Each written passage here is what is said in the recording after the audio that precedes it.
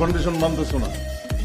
তোমরা বাসা ভাড়া নেওয়ার সময় তোমাদের যে কন্ডিশন দিছিলাম যে তোমরা ছাদে উঠতে পারবে না, তোমরা ছাদে উঠতেছো, জোরে কথা বলতে পারবে না ফোনে, সেটাও বলতেছো। ছাদে খালি উঠতেছো না, এখন তোমরা ছাদে কাপড় নাড়া শুরু করতেছো।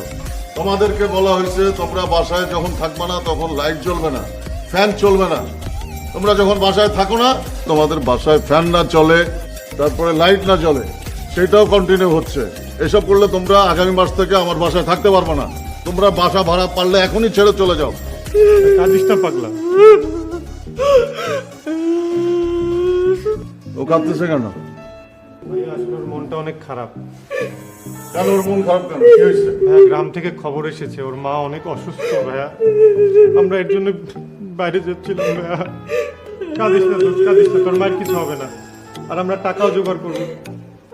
ঠিক আছে, কেঁদো না।